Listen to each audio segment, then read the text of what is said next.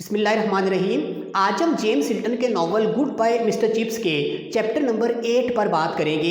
इससे पहले chapter number 7 में हमने सिर्फ 2 टॉपिक्स को डिस्कस किया था। उनमें से एक था memories of Catherine Bridges and their effect on mister Chips behaviour, और दूसरे नंबर पे था mister Chips wish to write a book of his memories. और ये जो वीडियो है चैप्टर नंबर 7 पर, इसका लिंक नीचे डिस्क्रिप्शन में मौजूद है, आप वहाँ से उसको देख भी सकते हैं। और आज इस वीडियो के अंदर चैप्टर नंबर 8 में जो कहानी है उसको भी हम सिर्फ 2 टाइटल्स के अंदर डिवाइड कर सकते हैं। उनमें से एक है death of Catherine Bridges and her newly born baby, और दूसरे नंबर पे हम पढ़ेंगे April foolery that mister Chips faced on 1 April 1898।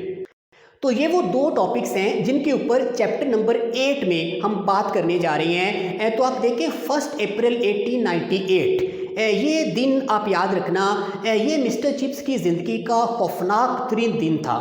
यानी इस दिन इसके साथ एक ऐसा सानेहा हुआ, एक ऐसी ट्रेजेडी हुई जिसने मिस्टर चिप्स को बिल्कुल बदल के रख दिया। यानी इसके असरात से ये पूरी ज़िंदगी निकल नहीं पाया।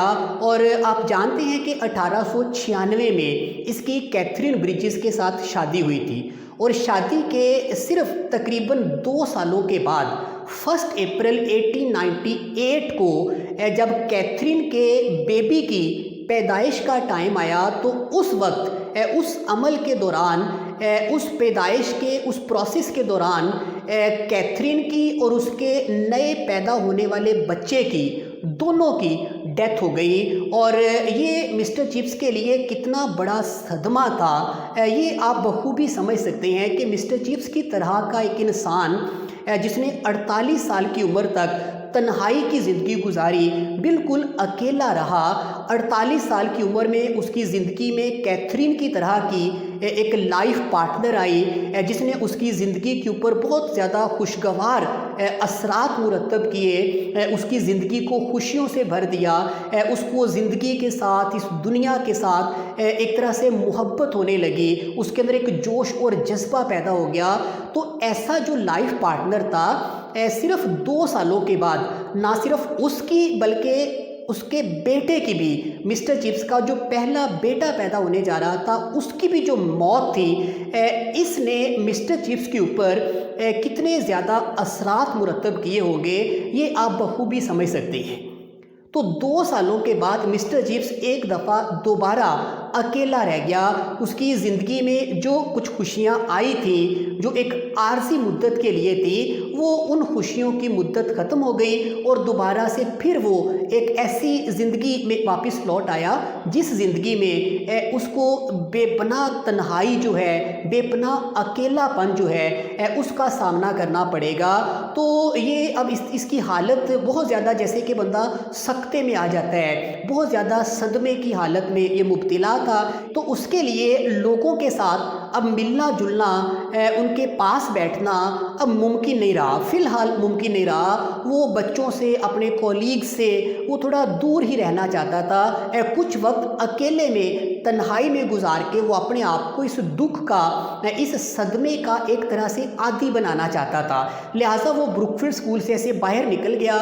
बाहर ब्रुकफील्ड गाँव के अंदर वो ऐसे अकेले में अपने ख्यालों में मगन, ऐसे बाहर खेतों वगैरह के अंदर वो टहल रहा था, अपने इस दुख और अपने आप को इस कर्ब और अजियत का एक तरह से आदी बनाने की कोशिश कर रहा था, अपने आप को संभालने की कोशिश कर रहा था। कैसे पीछे से एक बच्चा दौड़ता हुआ आया, और उस बच्चे का नाम था फॉकनर, और उसने मिस्टर चिप्स से पूछा कि सर, मेरे ना वालिदैन आ रहे हैं, तो क्या मैं आज दोपहर की जो क्लासेस हैं आफ्टरनून की, क्या मैं उन क्लासेस की छुट्टी कर लूँ? तो मिस्टर चिप्स ने उसको कहा कि हाँ हाँ ठीक है कर लो छुट्टी। तो वो बच्चा फिर एक और सवाल उसने पूछा कि सर, आज जो शाम को चैपल में जो इबादत होनी है, क्या मैं उस इबादत की भी छुट्टी कर लूँ? तो मिस्टर चिप्स ने कहा हाँ ठीक है कर लो। यानी वो एक तरह से उसको जल्दी टालना चाहता था, वो अपने ख्यालों में बेचारा मगन था।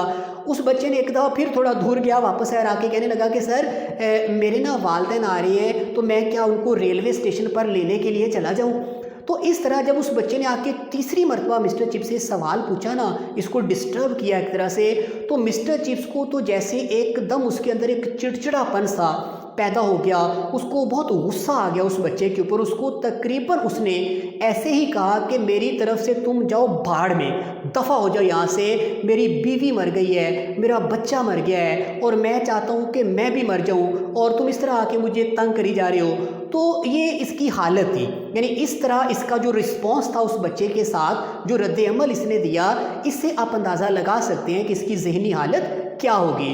वो बेचारा तन्हाई में कुछ वक्त गुजारना चाहता था, अपने आप को, ये लोगों की जो हमदर्दियाँ हैं, लोगों की जो ताज़ियतें हैं, जो काइंड वर्ड्स हैं लोगों के, ये अपने आप को एक तरह से उन चीज़ों का सामना करने से पहले इस दुख और अजियत का आदी बनाना चाहता था, अपने आप को यूज़ टू बनाना चाहता था इस सदमे का। तो वो उसके लिए एक ऐसा दिन था, एक ऐसा उसकी ज़िंदगी का वो मोमेंट था जो एक बड़े ही खौफनाक और डरावने ख्वाब से कम नहीं था।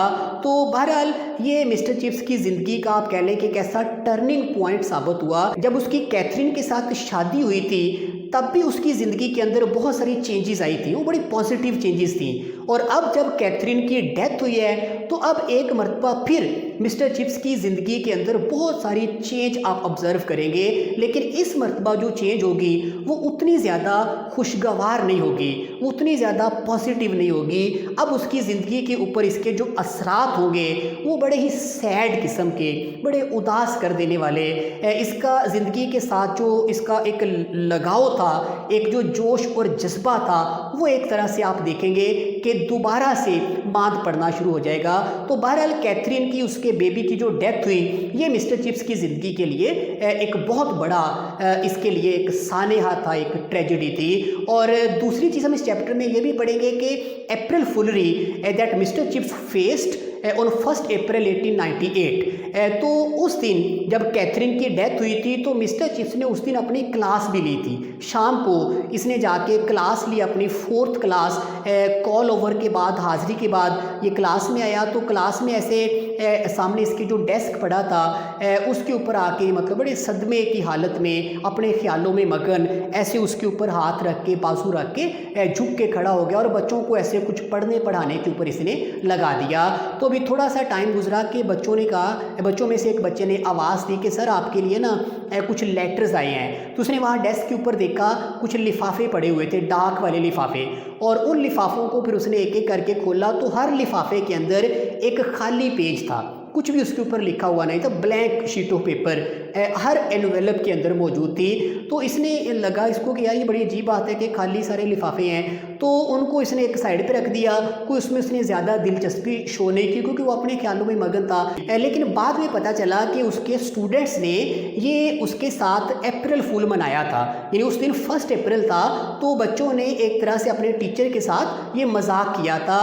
तो एक मजाक तो ये था जो बच्चों ने मिस्टर चिप्स के साथ किया, लेकिन एक मजाक और भी था जो उसी दिन उसके साथ हुआ, और वो मजाक उसके साथ किया गया किस्मत की तरफ से, उसकी तकदीर की तरफ से।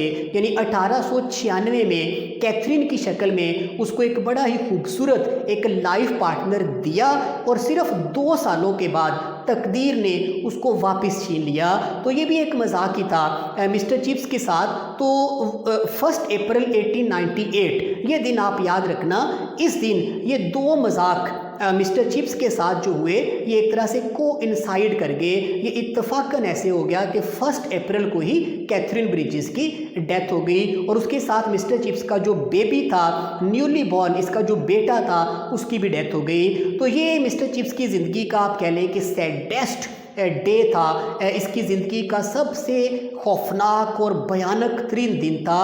और इसके जो असरात थे वो मिस्टर चिप्स की शख्सियत के ऊपर क्या हुए, ये हम आने वाले चैप्टर्स के अंदर इस चीज़ को भी ऑब्ज़र्व करेंगे। तो ये जो चैप्टर नंबर 8 है इसके अंदर बस इन्हीं चीज़ों को डिस्कस किया गया है। तो इसमें से जो शॉर्ट क्वेश्चंस आपने तैयार करने हैं वो भी एक नज़र आप देख लें।